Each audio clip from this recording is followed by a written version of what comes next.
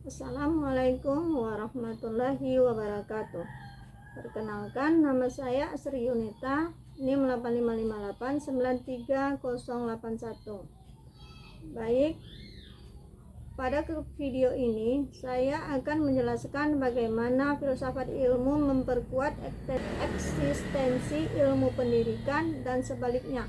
Bagaimana praktek pendidikan turut mengembangkan filsafat itu sendiri.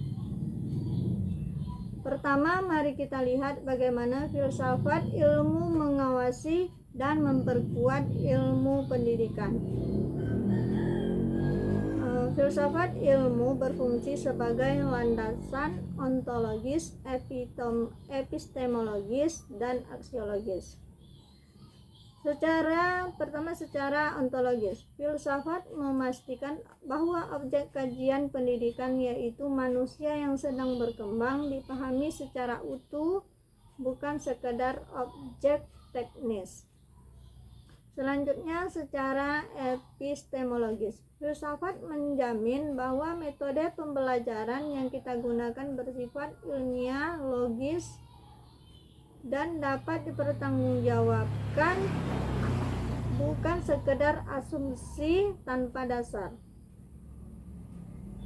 Selanjutnya, secara aksiologis, filsafat mengingatkan kita bahwa pendidikan harus bermuatan nilai etika dan moral, bukan hanya transfer pengetahuan semata.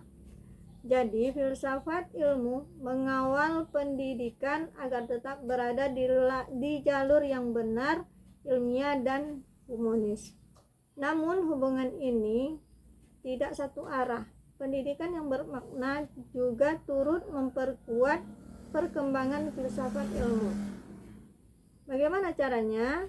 Melalui refleksi praktek. Ketika seorang guru menghadapi masalah nyata di kelas, misalnya mengapa metode A gagal pada siswa B, dan kemudian mencari solusi baru, ia sebenarnya sedang melakukan proses filosofis.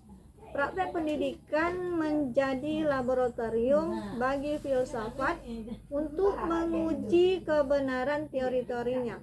Jadi filsafat memberi teori dan pendidikan memberi bukti empiris yang menyempurnakan teori tersebut.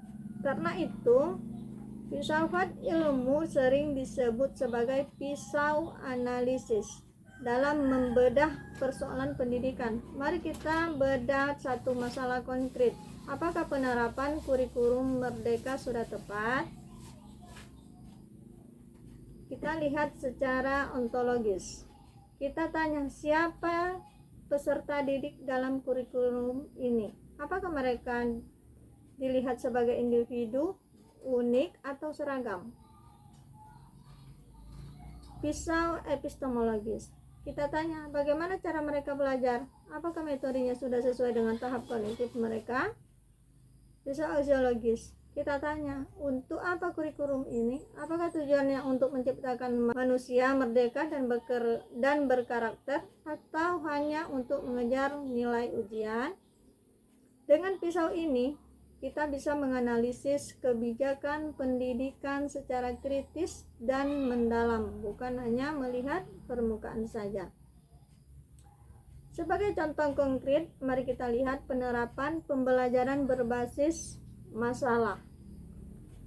Secara ontologis, PBL mengakui bahwa siswa adalah subjek aktif yang punya pengalaman nyata. Secara epistemologis, PBL menggunakan metode inquiry dan kolaborasi untuk membangun pengetahuan, bukan menghafal. Secara aksiologis, PBL bisa saja hanya menjadi keramaian di kelas tanpa substansi.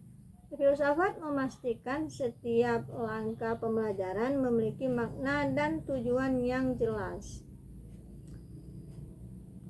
Sebagai kesimpulan, filsafat ilmu pendidikan memiliki hubungan simbiosis mutualisme. Filsafat memberikan arah, validasi, dan nilai bagi pendidikan. Sebaliknya, praktek pendidikan memberikan konteks nyata bagi pengembangan filsafat. Bagi kita sebagai calon pendidik, memahami filsafat ilmu bukan untuk menjadi filosofis yang abstrak, tetapi untuk menjadi guru yang kritis, reflektif, dan bermakna dalam setiap tindakan pedagogis.